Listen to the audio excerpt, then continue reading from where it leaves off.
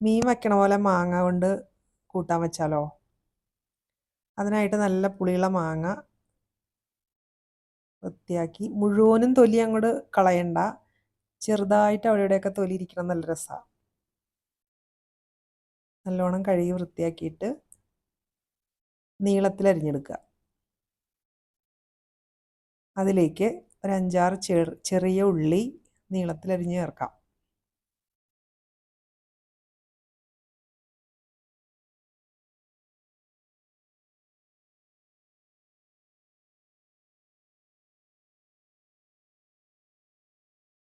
ഞാൻ എൻ്റെ കയ്യിൽ കുറച്ച് കാന്താരിമുളക് ഉണ്ടായിരുന്നു, മേടിച്ചതാണ്.